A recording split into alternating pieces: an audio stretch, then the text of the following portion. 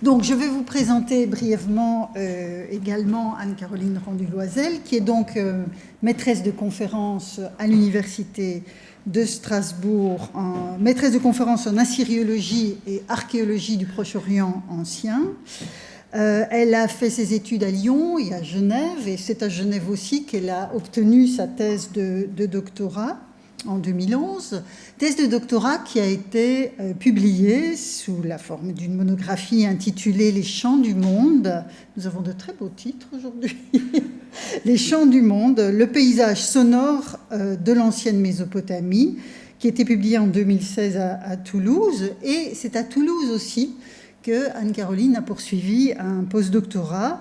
Elle a en effet co-encadré, si je ne m'abuse, le projet Synesthésia, avec Adeline Grand-Clément, qui est professeure à Toulouse. Et ce projet Synesthésia s'intitule en sous-titre « Expérience du divin et polysensorialité dans les mondes anciens, approche comparée ». Donc, la comparaison fait partie des outils qu'Anne-Caroline mobilise depuis maintenant pas mal d'années. Elle est donc maintenant, je n'arrive plus à me souvenir de la date de ton entrée en fonction à Strasbourg, mais enfin il y a déjà quelques années.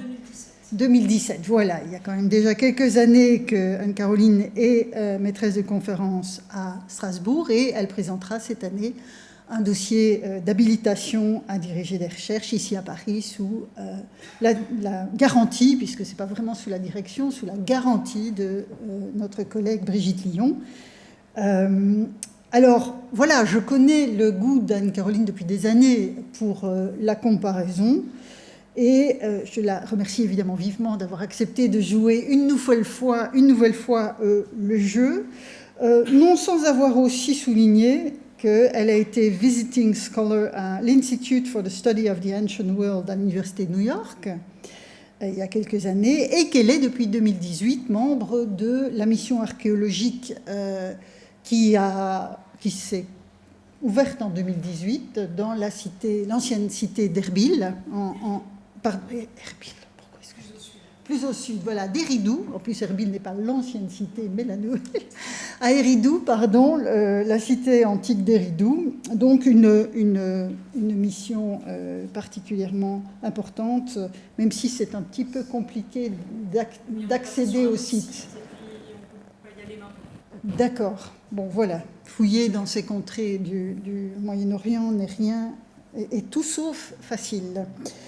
Je mentionnerai encore un collectif que Anne-Caroline a coédité il y a quelques années, toujours autour de cette polysensorialité qui est un des fils de son investigation, un collectif qui s'appelle en anglais Distant Impressions, The Sense in the Near East. Et donc vous avez cette inclusion dans le domaine des études assyriologiques d'un courant d'études extrêmement important depuis quelques années, qui essaye précisément de penser les sociétés anciennes aussi en fonction de leur sensorialité, et donc l'étude historique par ce biais-là qui est extrêmement important et qui était déjà présenté évidemment dans sa thèse, puisqu'il s'agissait alors de paysages sonores. Voilà, j'ai assez parlé, et maintenant je te passe la parole. Bien, bonjour à toutes et à tous.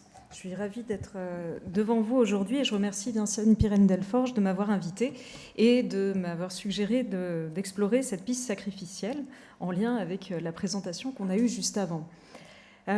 Alors, saviez-vous qu'il était de mauvais augure de naître au mois de Nissan, c'est-à-dire entre le 15 mars et le 15 avril.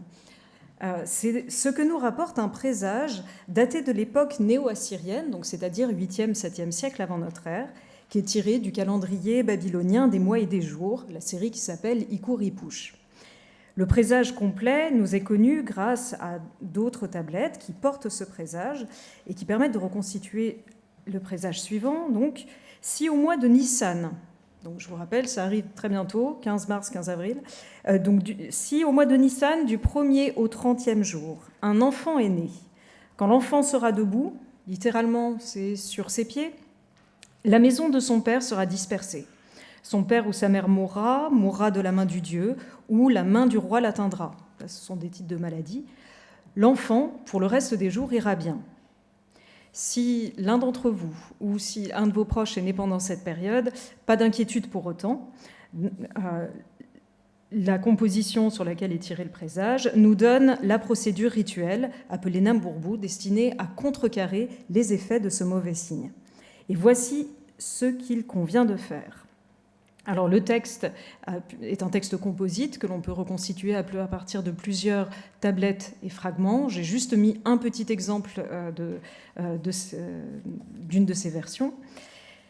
Et donc le texte nous dit la chose suivante. Donc le rituel pour que le mal de cet enfant n'approche pas son père ou sa mère, pour faire que ce désastre passe son chemin, que le mal s'en aille ailleurs, et pour qu'il n'approche pas son père ou sa mère. Son rituel, au matin, dans un lieu reculé de la campagne, tu asperges le sol d'eau pure. Tu installes 3 tables d'offrande pour Ea, Shamash et Asalouri.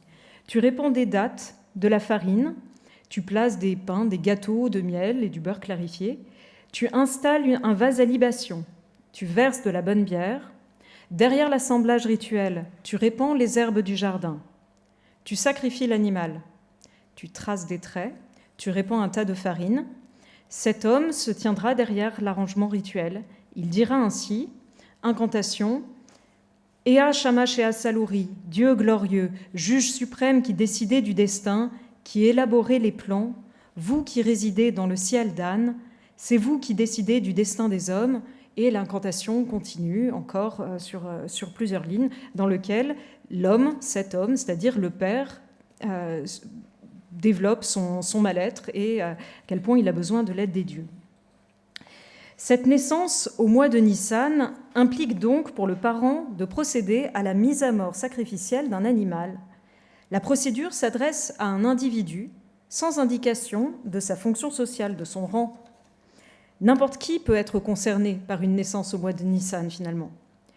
Le sacrifice mentionné se déroule en dehors des pratiques rituelles journalières et publiques, loin du temple et de la sphère royale. Ce sacrifice invite à interroger la place de la pratique dans le cadre privé. Comme le montre cet exemple, le sacrifice n'est pas réservé aux seules grandes fêtes publiques, mais peut recouvrir d'autres réalités et s'insérer dans la sphère privée en s'adressant à d'autres niveaux de l'échelle sociale. C'est ce que je souhaiterais aborder avec vous aujourd'hui. Quelle est la place et la fonction du sacrifice dans la sphère privée ? À quel moment de sa vie l'individu peut y avoir recours ? Quelle forme, en mettant forme au pluriel, prend ce sacrifice ? Ce dernier marque-t-il des étapes spécifiques, comme la naissance ? Ma présentation vient ainsi en complément de celle qui a été donnée l'année dernière dans ce même séminaire par mon collègue Lionel Marty, qui avait abordé le sacrifice dans les sources cunéiformes, en particulier dans la sphère palatiale. Et donc là, je vous invite à une autre présentation du sacrifice, à un autre niveau de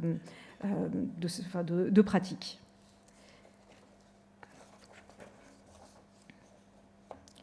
Alors, par sacrifice, en Mésopotamie, on entend l'offrande ritualisée à une ou plusieurs divinités, d'une ou plusieurs denrées, substances qui peuvent être végétales, animales ou autres.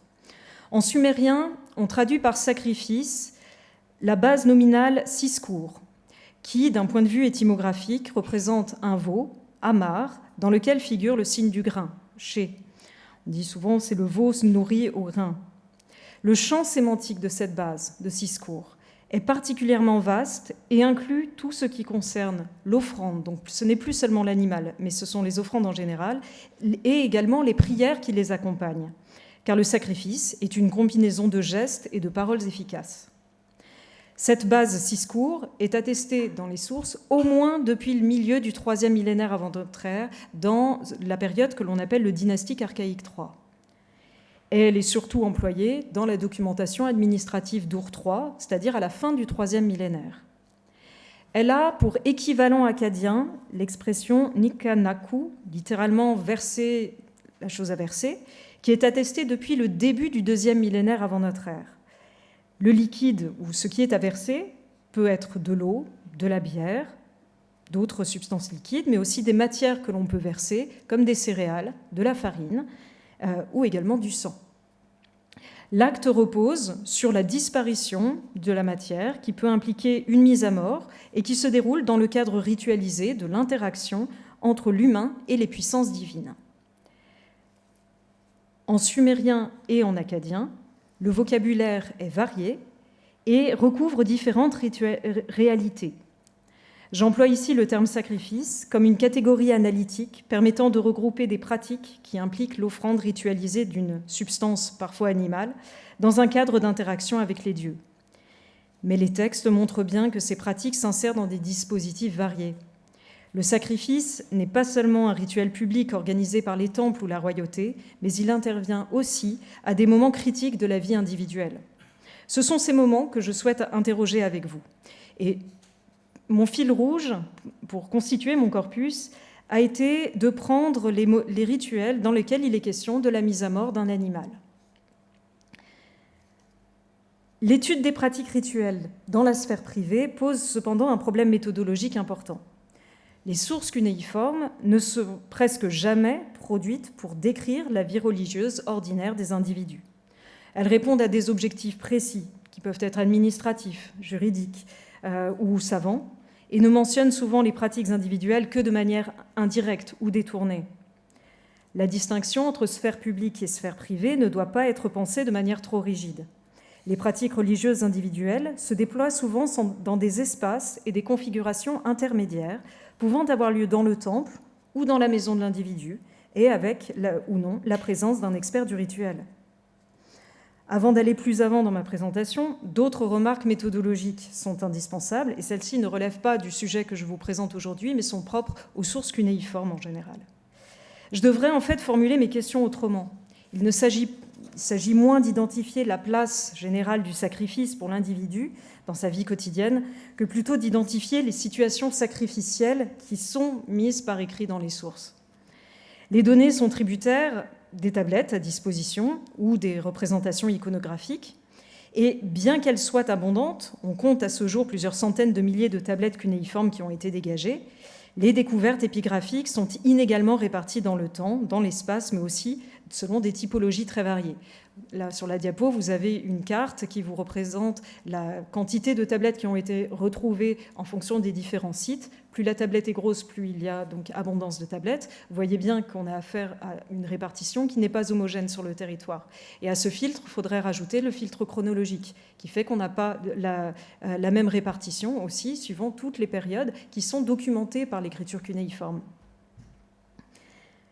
Les corpus offrent ainsi en fait des éclairages ponctuels, ciblés, sur des pratiques dont la mention par l'écriture reste avant tout conditionnée par le contexte d'énonciation et l'intention du rédacteur.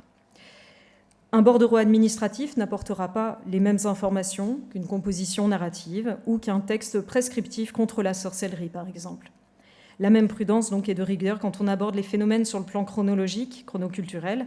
Les pratiques identifiées dans le sud mésopotamien à la fin du IIIe millénaire ne peuvent pas être mises sur le même plan ou reliées culturellement à celles de l'Assyrie du 1er millénaire. Il nous faut garder une certaine distance et avoir conscience qu'on a affaire à des sociétés différentes. Et donc il ne faut pas tomber dans le piège de combler les lacunes par des témoignages anachroniques et accepter parfois la part d'obscurité et l'absence de réponse. Alors, pour aujourd'hui, j'ai structuré mon propos en micro-dossiers que je n'ai pas cherché à lier les uns aux autres. Je veux juste vous présenter quelques éclairages à travers la documentation cunéiforme. Ces dossiers traitent de la vie des individus et de différents types d'événements dont ils peuvent faire l'expérience tout au long de leur vie. Certains événements peuvent se produire à plusieurs occasions, d'autres, au contraire, sont ponctuels et impliquent des changements de statut, à l'instar du mariage. Les thèmes que nous allons aborder relèvent essentiellement du corpus cunéiforme et donc les thèmes ont été conditionnés par ce corpus. Si je n'ai pas pu identifier des sacrifices pour d'autres moments que nous considérions comme importants ou comme marquants pour la vie privée, cela ne veut pas dire que ces sacrifices n'existaient pas, mais simplement qu'il n'y en a pas trace dans la documentation qui est à disposition. Alors, fort de ces recommandations, nous pouvons nous lancer dans notre exploration. mon premier dossier concerne l'installation du lit de la belle-fille dans sa belle famille. Je vous invite là, cette fois, dans le sud de la Mésopotamie, à la toute fin du 3e millénaire avant notre ère. Nous sommes à la période dite d'Ur III, de la 3e dynastie d'Ur. Ces rois gouvernent un territoire qui va d'Eridu à peu près Sippar. Alors, je ne sais pas si j'ai un pointeur. Et si vous voyez ma main, avance lentement, mais sûrement. Donc, qui va du sud de la Mésopotamie jusqu'à peu près au nord de Sippar, ici. Pour cette dynastie, leur, entre guillemets, armée de fonctionnaires, répandue à travers le royaume, enregistre toute transaction et opération comptable. Ils nous ont ainsi laissé une quantité astronomique de bordereaux administratifs qui nous permettent d'avoir accès, de façon indirecte, à la vie quotidienne de cette région, vers 2100-2000 avant notre ère. Le deuxième roi de la dynastie, un certain Shulgi, a fondé Puzrish Dagan, que vous avez au milieu, ici. Et je vais vite enlever pour éviter qu'il y ait le petit cadran qui s'affiche. Donc Shulgi fonde Puzrish Dagan, qui est sur le site actuel de Drehem et qui est considéré comme une sorte de parc à bestiaux, un centre où convergent les impôts et les taxes sous forme d'animaux essentiellement, des animaux qui sont ensuite redistribués dans les principaux temples et centres cultuels du royaume, notamment le grand centre de Nippur qui n'est pas loin de Puzrish Dagan. Avant d'être sacrifiés, les animaux peuvent être engraissés. Le calendrier liturgique de cette période d'Ur III est bien connu. Les fêtes publiques impliquent le roi et les membres de la famille royale. Mariages, funérailles et d'autres fêtes liées au calendrier qui sont consacrées à différentes divinités sont à chaque fois l'occasion d'offrandes végétales et animales, parfois en très grande quantité. Et on se situe là, pour ce calendrier, dans le cadre exceptionnel de la royauté et de la vie politique de la communauté. Si on cherche des informations sur les pratiques privées des individus, appartenant à des niveaux sociaux donc inférieurs, puisque non royaux, les données sont plus ténues, voire absentes. Grâce à la documentation légale assez abondante, on a des informations sur le cadre juridique du mariage notamment, mais sur les gestes rituels qui devaient accompagner le changement d'état civil ou le statut des jeunes mariés, c'est plus difficile. Sauf peut-être pour un cas, celui de l'installation du lit de la belle-fille, comme nous allons le voir à présent. Alors, l'expression « installation du lit de la belle-fille » correspond à l'expression sumérienne « Nugubba Egiya ». Littéralement, ce serait le lit installé de la belle-fille, avec Egiya qui désigne bien celle qui va épouser un membre masculin de la famille et qui va entrer du coup dans la famille. Cette mention apparaît sur 5 bordereaux administratifs, mais un des bordereaux est une copie d'un autre. Donc on est sur 4 situations qui sont documentées dans les tablettes. Voici ce qui est écrit. Pour le premier, 1 bœuf gras, 2 moutons gras de 4e qualité. Cela, c'est l'offrande du lit installée pour la belle-fille d'Urishkur, gouverneur de Ramazie. Shunin Shubur, le messager, est le responsable. Deuxième exemple, 2 moutons, difficile de savoir de quel type de mouton c'est. 3 moutons gras, ce sont les offrandes pour le lit installé. Lougal Magour est le responsable. C'est installé pour la belle-fille, lorsque la belle-fille deviendra la belle-fille de Charumbani. Troisième exemple, 1 bœuf gras, offrande pour l'installation du lit de la belle-fille d'Arwitum. Choussin Lamahar, les chansons, est le responsable. C'est pour la cérémonie de la nuit du 17e jour. Cela provient du domaine de Shulgi-Eli, livraison par Nanamaba, le fonctionnaire Chatham, et Shuera, le scribe. Et le texte continue. Dernier exemple, 3 moutons gras de bonne qualité, 1 mouton gras de 3e qualité, 2 moutons gras, 3 moutons. Ce sont les offrandes pour l'installation du lit de la belle-fille. Et après, comme vous pouvez le constater sur la photo à droite, la tablette est de très mauvaise qualité et ne permet pas de reconstituer le nom des différentes personnes impliquées. Alors, ces bordereaux font tous référence à des offrandes, avec le terme sishkur, des offrandes animales pour un sacrifice qui est accompli dans le cadre de l'installation du lit de la belle-fille dans la famille de son époux. Les animaux arrivent à Pusrich Dagan pour être probablement redistribués dans un centre cultuel. Les bordereaux intègrent parfois d'autres transactions qui ne sont pas liées à ces événements. La qualité et la quantité des offrandes n'est pas la même. Suivant les cas, nous avons un bœuf gras et 2 moutons, un autre cas 5 moutons, un autre un bœuf gras, un autre 5 moutons avec des moutons de nature différente. Peut-être ces différences dépendent-elles des capacités économiques du commanditaire, ça, je n'ai pas la réponse. Le moment du sacrifice en question n'est pas connu, mais ce n'est pas l'objectif de ces textes. Seul le 3e bordereau donne une indication probable sur le moment du rituel par la mention du terme agiba, traduit par la nuit, en parlant de plutôt la partie autour de minuit, et qui désignerait une cérémonie cultuelle nocturne, attestée dans la documentation d'Or-III en lien avec différentes divinités, mais là, il faudrait mener une enquête plus poussée sur ce rituel, ou sur ces rituels qui avaient lieu à ces moments-là de la nuit. Dans tous les cas, l'anthroponyme de la belle-fille n'est pas mentionné, et peu d'informations peuvent être retrouvées dans les sources. Seule exception peut être le premier cas, donc celui avec un bœuf gras, 2 moutons gras de 4e qualité, donc la belle-fille d'Our-Richcourt. Pour cette jeune fille, d'autres bordereaux la concernent et nous permettent de comprendre un petit peu plus la situation. Alors, son beau-père est Our-Richcourt, la plus haute autorité administrative et politique de la ville de Ramazie. Sur un autre bordereau, on apprend que la jeune fille se nomme Tabour Ratoum. C'est ce que vous avez ici qui est entouré donc en rouge. On nous parle de Tabour Ratoum, l'Eguilla d'Our-Richcourt. Donc là, on a le prénom de la jeune fille. Et le bordereau indique aussi que c'est le jour où elle est arrivée à Ramazie. Si on regarde la date du document, la date nous est indiquée à la fin des bordereaux administratifs, donc par le mois et le nom d'année, et c'est très, très précieux pour essayer de replacer quand est-ce que l'enregistrement a été fait. Et ça nous indique que le document a été enregistré lors de la 7e année de Choussine. Le premier bordereau qui enregistre l'installation du lit de la belle-fille a lieu lors de la 9e année d'Amarcine, c'est-à-dire 7 ans avant, à peu près. Donc 7 ans séparent le moment où on installe le lit de la belle-fille et le moment où elle entre dans la famille de son beau-père véritablement, là où elle quitte ce foyer familial pour aller dans la belle famille. Par rapport au statut social de cette Tabour Ratoum, on pense qu'il devait être assez élevé, et vu avec qui elle va se marier, dans quelle famille elle intègre. On voit que Our-Richcourt commande aussi, fait venir une grande quantité d'animaux pour le banquet, probablement nuptial, puisqu'il est question dans un des documents de 2714 animaux qui sont sollicités. Si on ne connaît pas l'anthroponyme de la belle-fille, on connaît en revanche mieux celui qui ordonne, celui qui commande le sacrifice.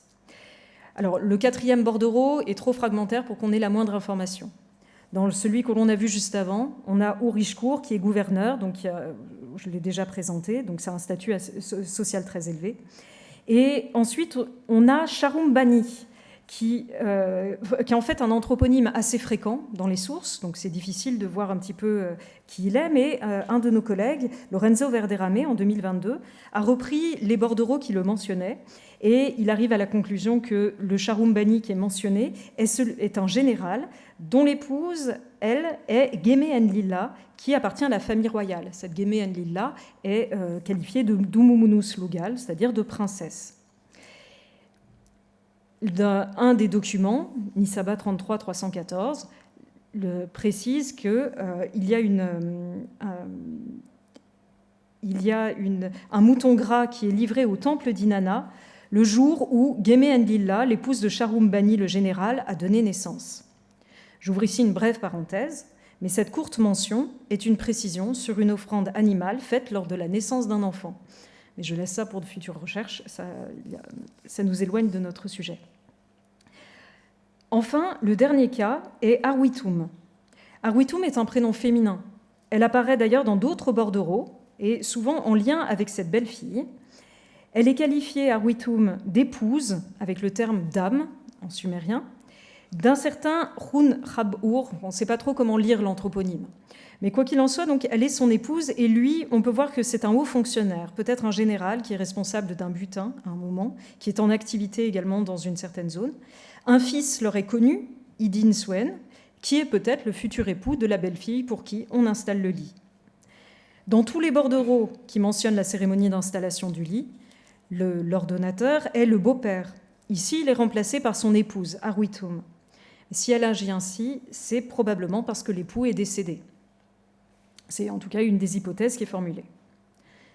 Les bordereaux que je viens de vous présenter documentent un rituel sacrificiel en lien avec la vie privée. Cette installation du lit est une des étapes qui précèdent le mariage proprement dit. La typologie de nos sources administratives ne nous renseigne pas sur les modalités d'exécution du rituel. On ne sait pas quelle divinité, au pluriel ou au singulier, était le destinataire de cette offrande. Il est en outre, finalement, assez étonnant de n'avoir que 4 mentions de cette cérémonie dans tout le corpus d'Ur III, qui rassemble quand même plusieurs dizaines de milliers de tablettes. Pourquoi ? L'installation du lit était-elle une pratique marginale ou, au contraire, relevant de traditions locales et donc extérieures ? Dans tous les cas que nous avons parcourus, ce n'est jamais la jeune fille ou la famille de celle-ci qui est à l'initiative du sacrifice. L'offrande animale est faite au nom de la belle famille qui l'accueille, en particularité l'autorité principale, le beau-père, ou la belle-mère, dans le cas d'Arwitum.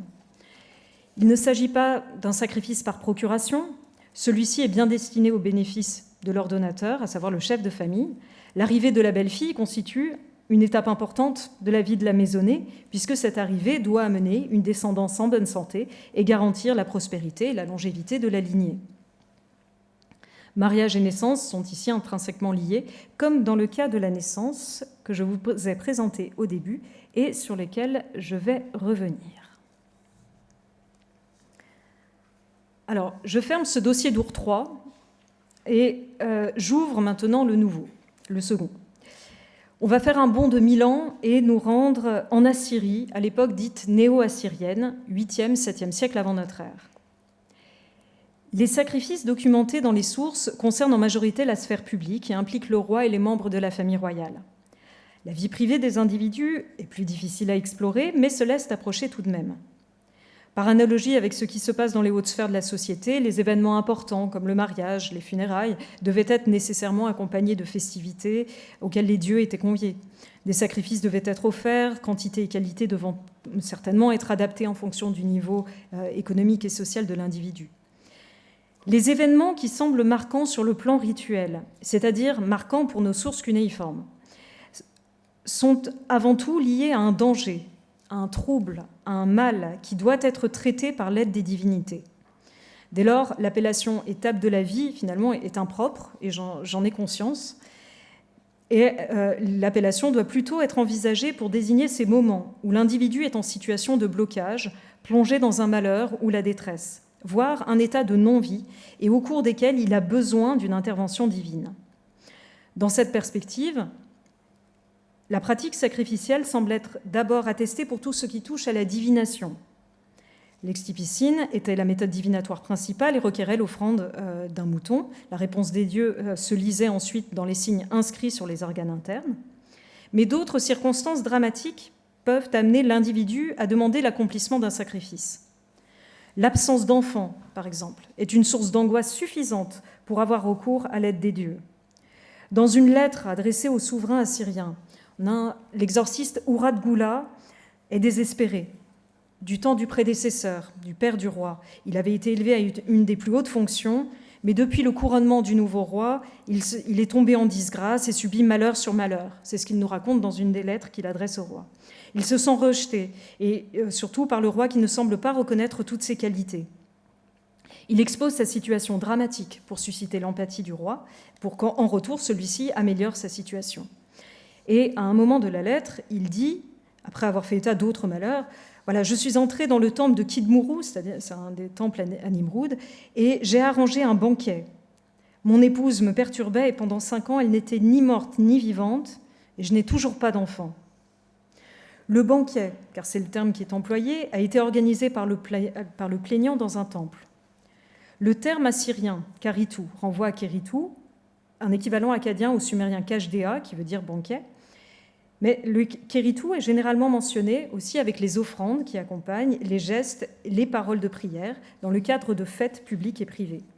Dans la littérature suméro-acadienne, ce terme désigne les moments où les dieux festoient, un moment de convivialité partagé autour de la nourriture et des boissons, souvent alcoolisées. Et en contexte rituel, le terme peut être aussi synonyme d'offrande sacrificielle. La démarche du savant malheureux, offrir un banquet sacrificiel dans le temple, est étroitement associée à l'infertilité de son couple et l'état de santé de son épouse qui l'empêche d'avoir une descendance. L'objectif de cette offrande rituelle est donc de plaider sa cause devant le ou les dieux afin que ces derniers changent la situation qui est devenue insupportable et qui empêche le patient de vivre pleinement sa vie. L'infertilité constitue un état tout aussi dangereux que la naissance et doit être traité rituellement. Je reprends le rituel par lequel j'avais ouvert mon propos.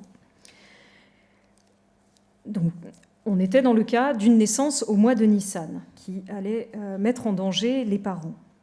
La procédure rituelle qui est décrite a pour objectif de lutter contre le mal apporté par une naissance qui a eu lieu à un moment précis du calendrier. Le mal ne concerne pas l'enfant, dont il est assuré qu'il vivra. La victime du présage, c'est le parent, père, mère ou les deux. Le problème n'est pas la naissance proprement dite, mais la date à laquelle celle-ci a lieu. Comme pour l'installation du lit, que l'on a vu précédemment pour Our 3, le rituel n'est pas accompli par le nourrisson, ni même au nom du nourrisson, mais il est accompli par son parent, père ou mère ou les deux, car ce sont eux les victimes potentielles. Ainsi, ce rituel, en contexte de naissance, marque un moment important, moins pour l'enfant que pour la vie de l'adulte. Regardons ensemble les différentes étapes de la procédure.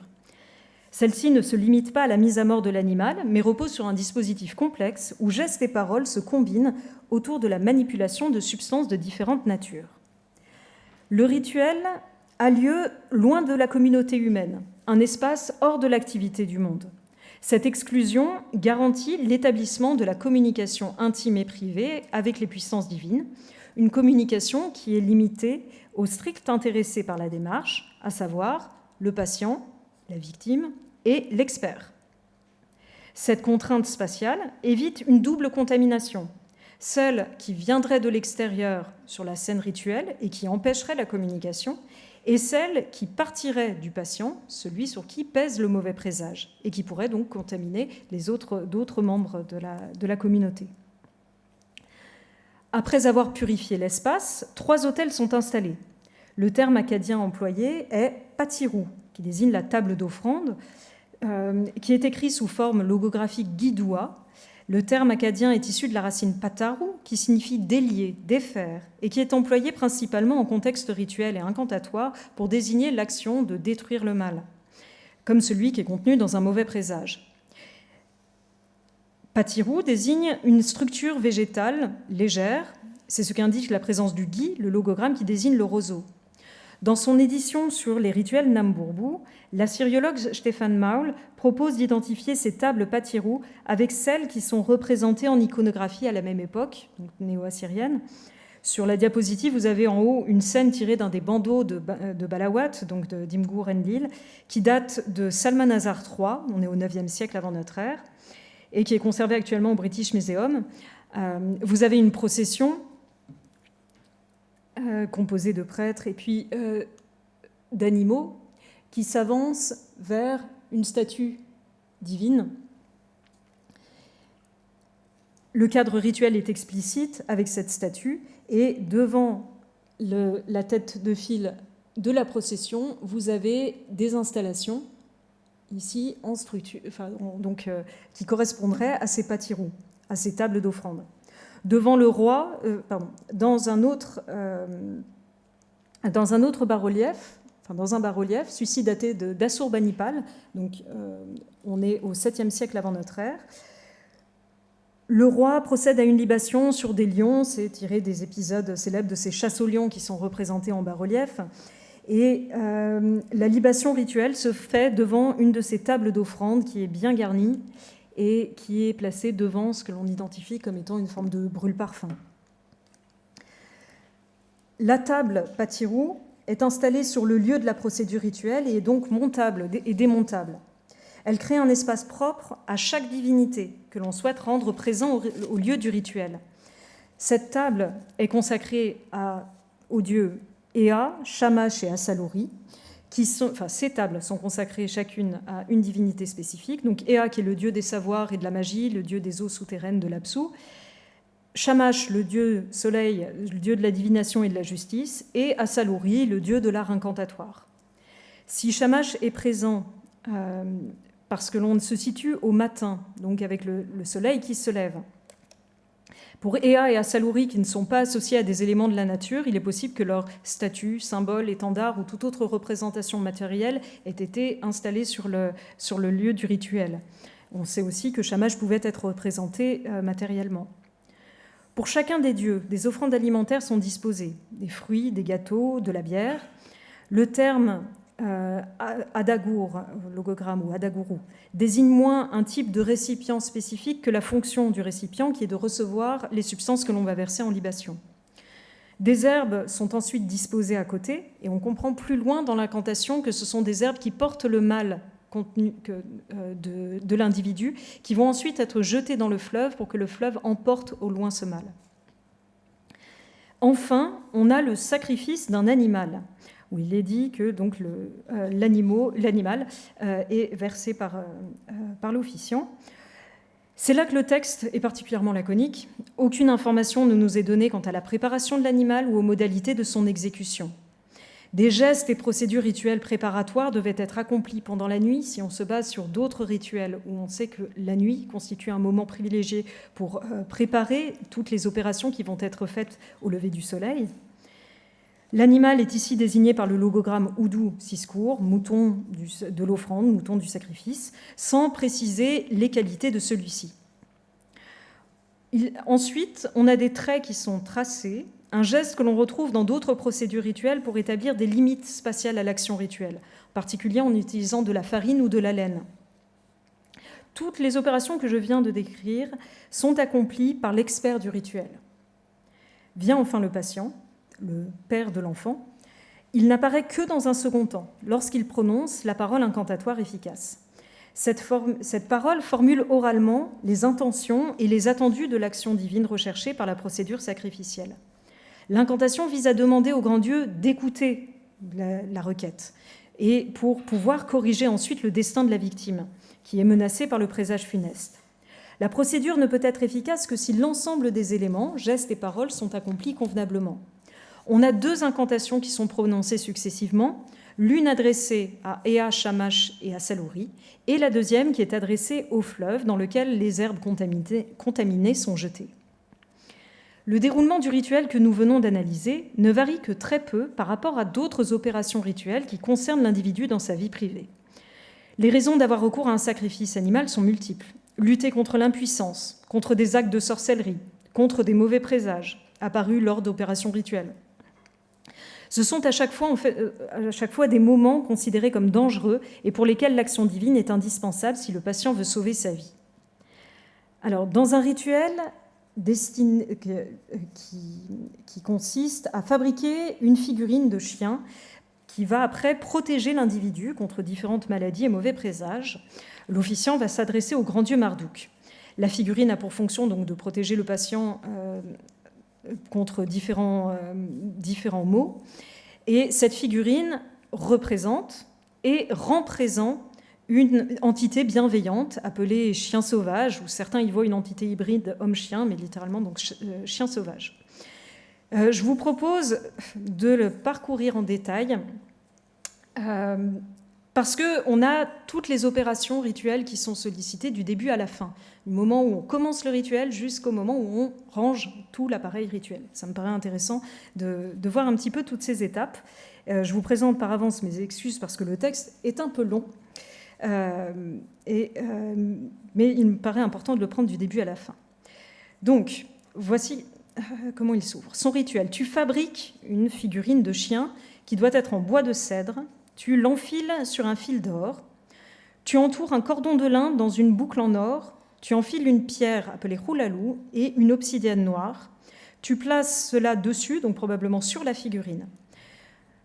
il y a une incantation qui est écrite en sumérien, alors que toutes les autres opérations et d'autres incantations vont être, elles, en akkadien. Là, on utilise une langue spécifique. L'incantation, tu es Asari, chasse l'ennemi, éloigne les maléfices. Cette incantation, tu l'écris sur la figurine de chien sauvage. Deuxième étape du rituel qui se déroule la nuit. Tu balaies le toit, tu asperges d'eau pure, tu installes 2 tables d'offrande pour le couple divin Marduk et sa parèdre Zarpanitum. Tu répands des dattes, de la farine fine, des pains à base de miel, de beurre clarifié. Tu répands des herbes dans 2 encensoirs. Tu fais 2 sacrifices purs. Tu présentes l'épaule, la graisse et la viande. Tu verses de la bière. Tu places la figurine du chien et ses accessoires entre les 2 arrangements d'offrande. Tu dis ainsi, accepte Marduk, seigneur des Sagiles, grand seigneur, accepte Zarpanitum, reine de Babylone, grande dame. Tu recules et tu enduis 2 briques avec de la terre sombre, qui porte le nom de Ramou. Tu les places à droite et à gauche de l'arrangement d'offrande.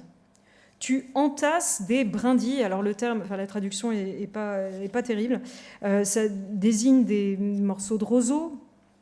En tout cas, on fait un tas avec des substances végétales. Tu enfonces dedans du cèdre, du cyprès, du bon roseau.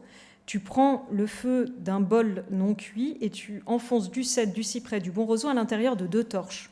Tu les décores avec de la laine blanche et de la laine rouge. Tu les allumes et avec un feu de soufre, tu les jettes sur ce fameux tas de brindilles, de roseaux. Tu dis, acceptez, grand Dieu, vous tous dont le nom est invoqué. Tu répands ensuite de la farine, tu verses de la bière, tu recules et tu récites 3 fois l'incantation. Marduk, grand seigneur, premier du ciel et de la terre. Alors, comme souvent dans ces textes prescriptifs, on n'a pas la totalité de l'incantation, on a juste le titre. Dès que tu l'as récité, tu lèves la figurine de chien et l'incantation qui est écrite sur la figurine du chien, tu la récites 7 fois devant le tas de brindilles de Marduk et 7 fois devant le tas de Zarpanitum. Dès que tu l'as récité, tu te tiens entre les 2 arrangements d'offrande et tu dis ainsi, toi, tu es chien sauvage, gardien de la santé de Marduk et de Zarpanitum. Il t'a donné une mission pour la vie et la santé, c'est à moi que tu as été donné. Désormais, observe l'ordre de Marduk et écoute l'appel de Zarpanitum. Devant Marduk et Zarpanitum, le texte est un peu cassé, tout mal, tout ce qui est néfaste, c'est-à-dire main d'un dieu, main d'une déesse, main d'un fantôme, main d'une maladie, main de l'humanité, tout ça désigne des maladies. Chasse-le de mon corps, qu'il ne m'approche pas, qu'il ne s'approche pas de moi, par ordre de Marduk, le grand seigneur, et de Zarpanitum, la dame exaltée. Dès que tu as récité cela, tu te prosternes. Lorsque l'arrangement rituel a brûlé et que l'encensoir a consumé sa part, tu désinstalles, tu défais l'arrangement rituel, tu répands des graines de pain devant la figurine de chien sur l'encensoir. Le matin, donc on a encore une nouvelle étape, tu te purifies avec du gypse, tu passes cela autour de ton cou, tu ôtes le vêtement impur, tu poses 3 fois un étui en cuir sur lui, donc le patient, la victime, il soigne et alors il ira bien. Alors, à titre indicatif, la toute fin de la tablette a une mention que je trouve particulièrement intéressante qui dit « Nepeshi like sha anna kati shutsu » utilise le matériel disponible, montrant ainsi que le dispositif est avant tout une affaire d'adaptation avec la réalité matérielle de chaque situation. Les matières se substituent si elles partagent des propriétés sensibles ou présentent des liens analogiques. Souvent, les liens analogiques nous échappent, par contre. La procédure est longue. Elle commence dans la journée par la fabrication de la figurine, le montage d'un collier, l'inscription de l'incantation en sumérien sur l'animal et se prolonge la nuit. La procédure a lieu sur le toit. Donc, comme il n'est pas précisé, c'est sûrement le toit de la maison de l'individu. L'individu est contaminé, son espace de son domicile également. Donc, on va procéder au rituel sur le toit. Ce toit est balayé, aspergé pour supprimer toute impureté.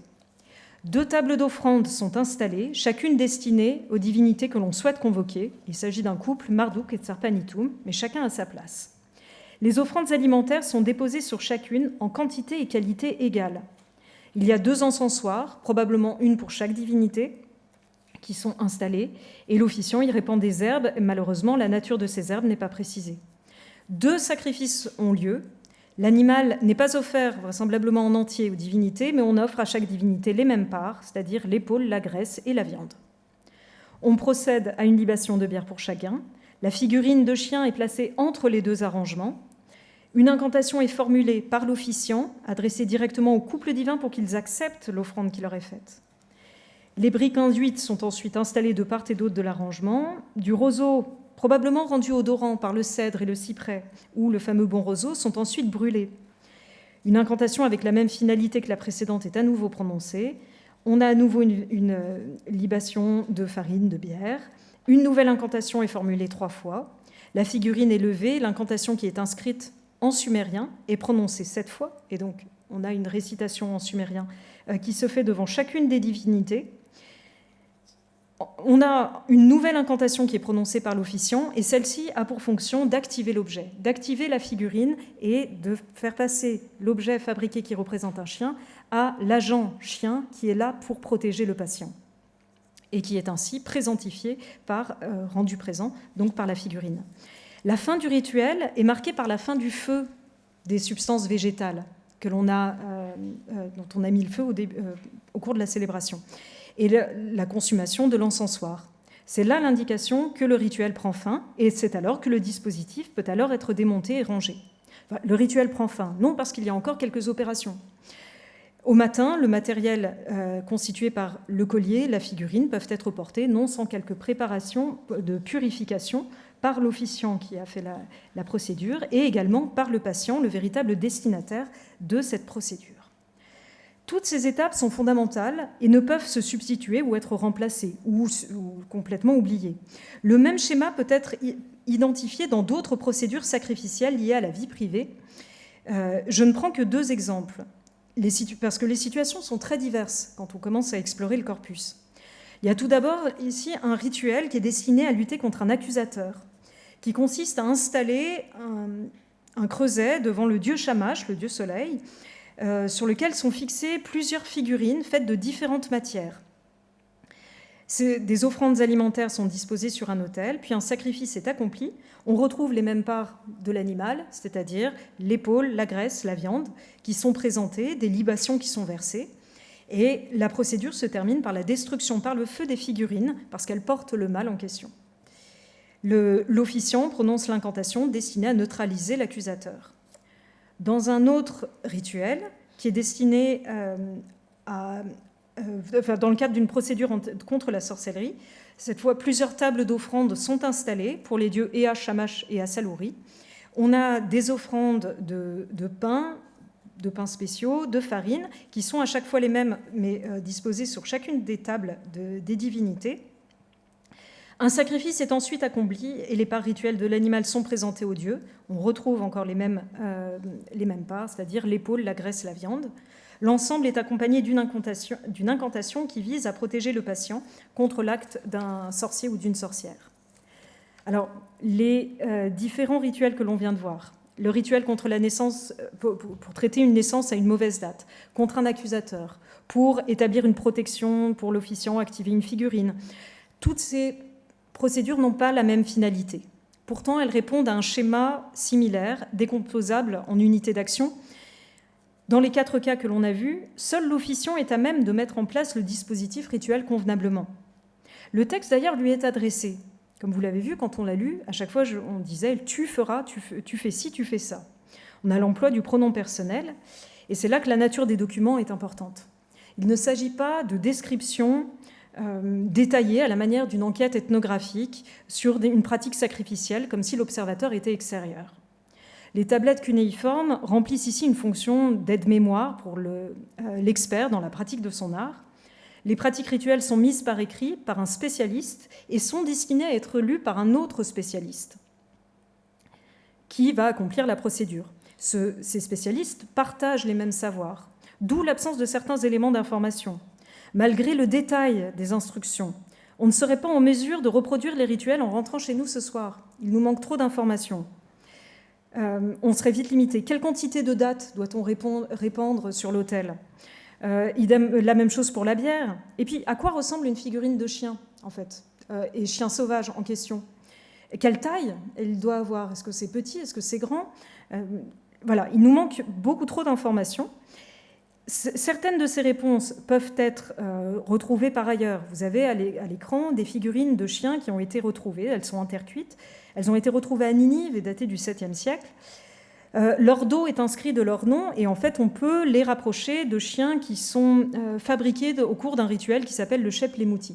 Donc ces chiens ne sont pas le chien que je vous ai présenté, mais on imagine un petit peu à quoi devait ressembler la figurine. Mais toutes ces informations qui relèvent de la quantité, de la figuration, n'ont pas été retenues dans le texte prescriptif, car sûrement jugées trop évidents par l'expert. Et ces compositions témoignent là d'une tradition rituelle, scribale, stable et partagée.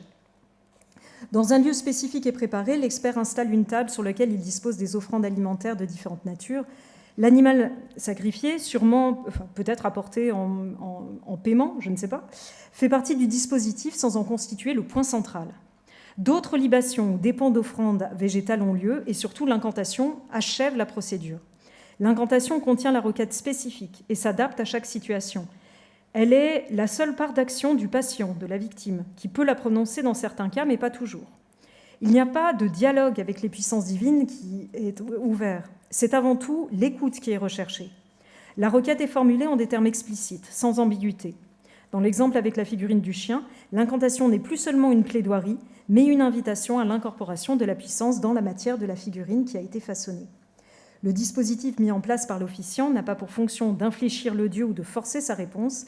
Il crée les conditions pour favoriser la présence divine dans le lieu et au moment du rituel accompli. Et mis en bonne disposition avec une table bien garnie, les puissances divines peuvent alors écouter le plaignant et se laisser convaincre. L'examen des procédures rituelles montre ici que la mise à mort de l'animal ne constitue pas le cœur de l'action rituelle. Le sacrifice animal s'inscrit dans un dispositif plus large où s'articulent différentes actions accomplies par l'expert chargé d'en assurer la bonne exécution. Formule et matière contribuent ainsi à créer les conditions de la rencontre. Les exemples que je viens d'évoquer permettent de revenir à la question de départ. Quelle est la place du sacrifice dans la vie privée, telle que nous pouvons l'apercevoir à travers les sources cunéiformes ? Les dossiers examinés montrent d'abord que le sacrifice ne doit pas être envisagé uniquement comme une pratique publique associée au temple, au calendrier. Les tablettes permettent d'en observer l'usage dans des situations plus proches de l'expérience individuelle, l'installation d'une jeune femme dans sa nouvelle maisonnée, l'occasion d'une naissance ou dans des contextes de crise, maladie, infertilité, accusation, mauvais présage, où l'individu se trouve confronté à une situation au cours de laquelle sa vie est en danger. Dans ces moments critiques, le sacrifice apparaît comme une ressource rituelle mobilisable pour établir ou rétablir un équilibre qui peut être menacé et ainsi solliciter l'intervention des puissances divines. Je vous remercie pour votre attention.